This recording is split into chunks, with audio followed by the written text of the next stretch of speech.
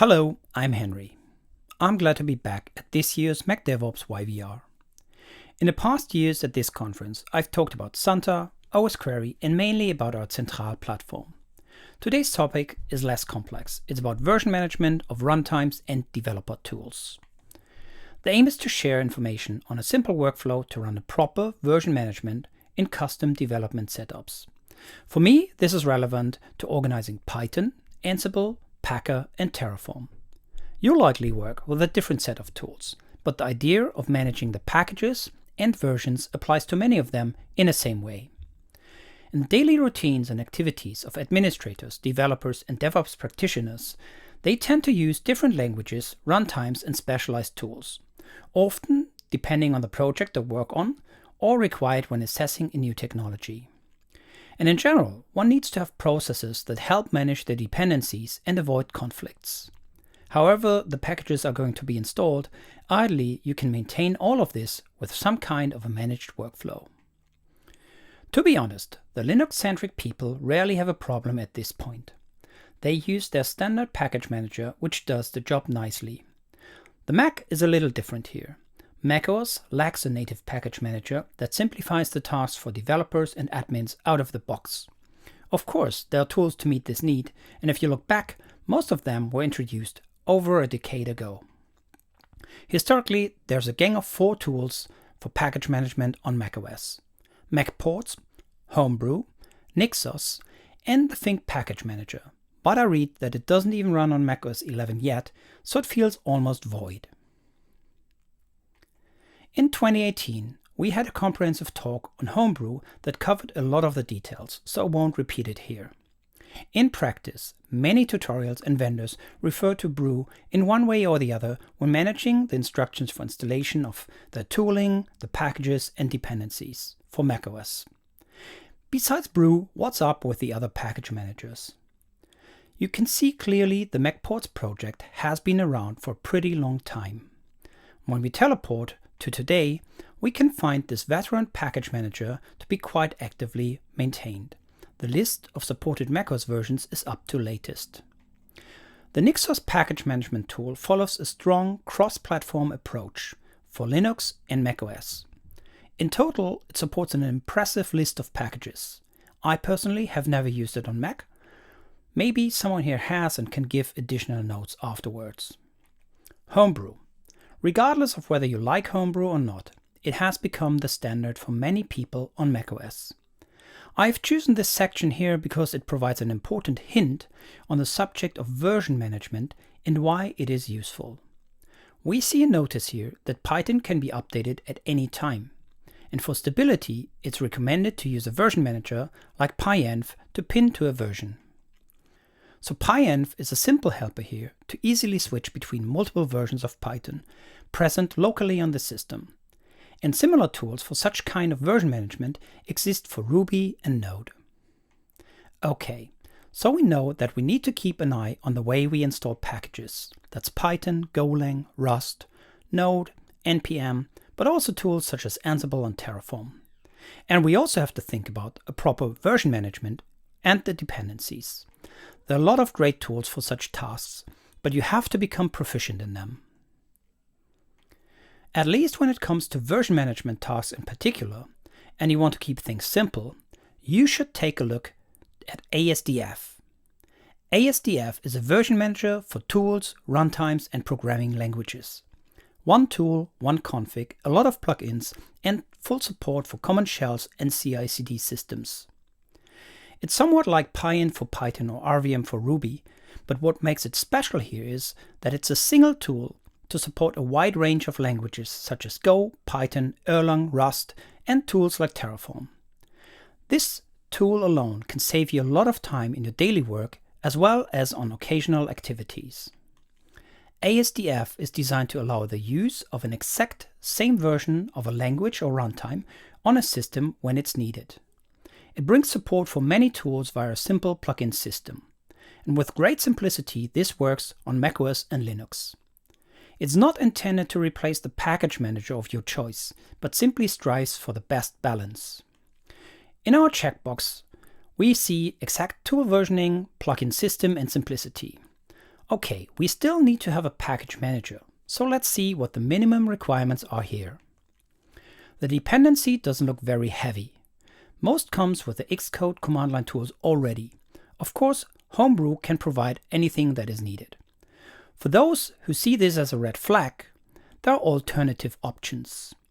Either you can use Homebrew, or you could just use the MacGPG tools to install the core utils dependency and skip Homebrew altogether. The quick steps for the installation. Install Xcode command line tools. Install core utils either via brew or use the GPG tools installer. Then clone the asdf repository from GitHub.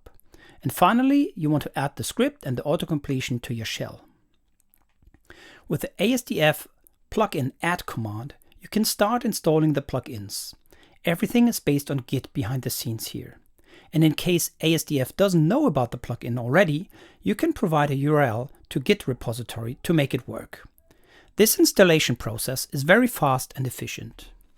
Next, you have to tell asdf which specific version of a tool or language you want to install, like Python here in this example.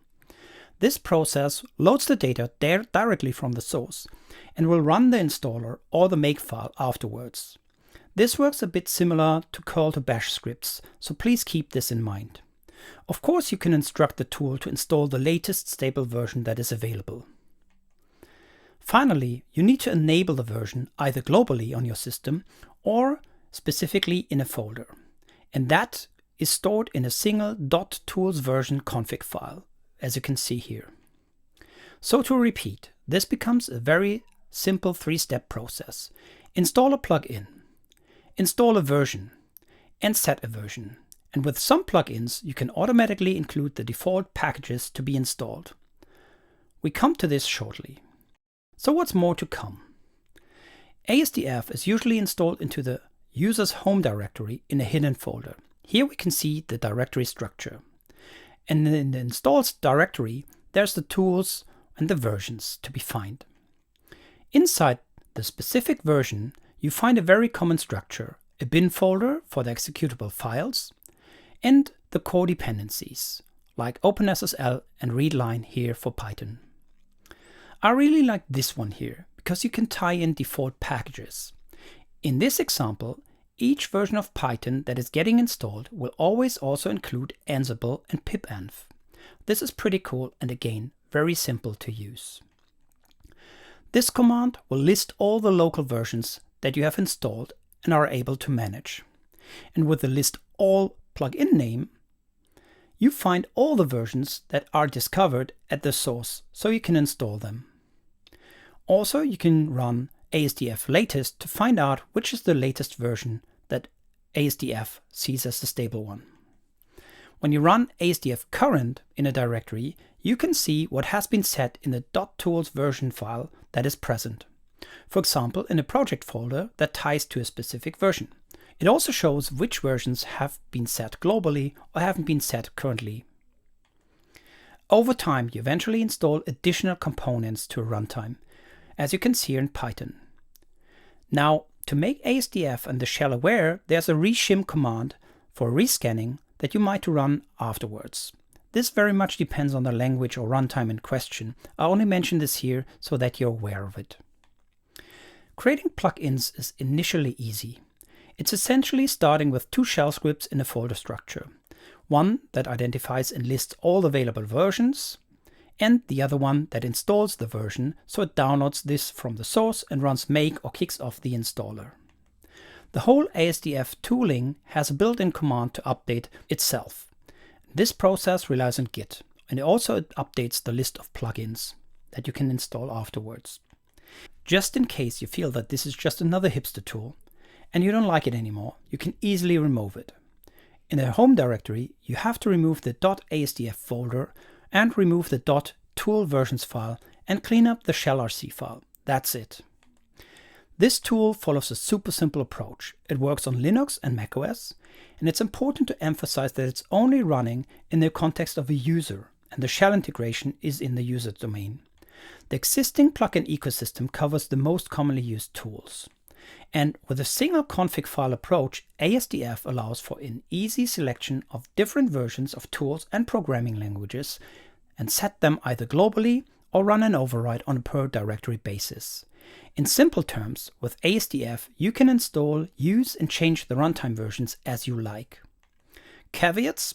Not much. Apart from the obvious ones, you want to keep inventory and regularly check your supply chain and know about CVEs. Everything is based on Git here, so you can pin to specific commits in a source repository. In a more mature controlled setup, you could run auditing on the directory. For example, run file integrity monitoring by using osquery, or you can collect hashes of the related files, or create a more formal record of the components and relationships involved, which is commonly known as an SBOM, a software bill of materials. Here are some links to the project, the plugin repository, and also check out the GitHub Actions.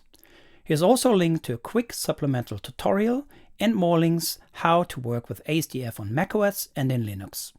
These are my social handles for Slack and Twitter. A brief note on Central. In case you're curious about the new features and the SLA offering we have for customers, please contact me in a direct message or get in contact via the project page. Also, look out for Alice's presentation tomorrow here at MacDevOpsYVR. It may contain some practical references to the compliance checks we've built in. Thank you.